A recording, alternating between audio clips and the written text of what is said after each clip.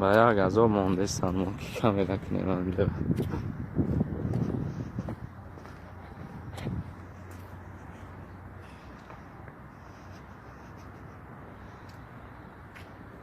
نه دراش محکم همه بفریم.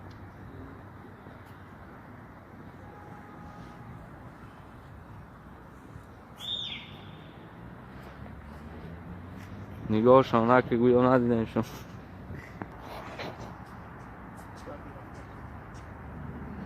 حالی مسجد که شدنش در برادرها برای همین ممکن است در اومدن. انشاءالله بین یمی ماه ده خوبی میشه. نمیجا درون شد.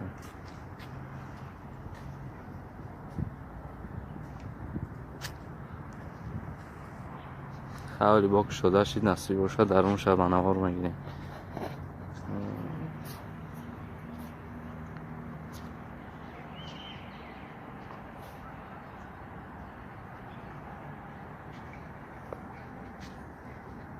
حالی ما یک طرف شدیم فقط او پرش با نایده کلانتره.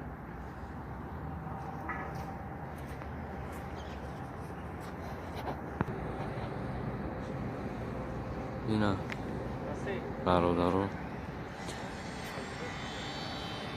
یک قسمت مسجدی کلانترین در آسیای میانه میشه.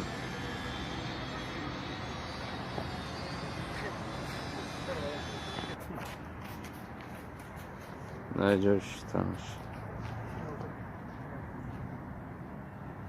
منوتم مخدا.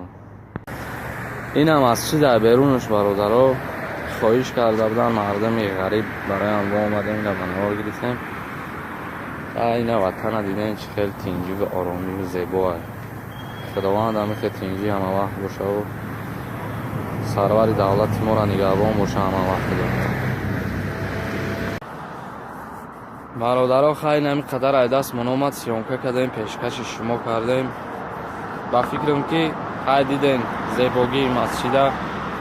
انشاءالله زنده و سلامت بر بگردیم با وطن میایین نمازگزاری میکنیم. شما را روزهای نزدیک شده میشوه مسجد.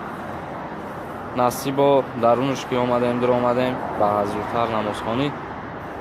بعد با اگر که اجازت من دادن یگان نوار میکنیم نشان تا میتیم درون شد. در پناه خدا باشین همه کسا.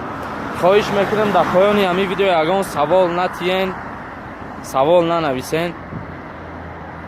خدا نگهبانتون در کانال ما یوریست جای 500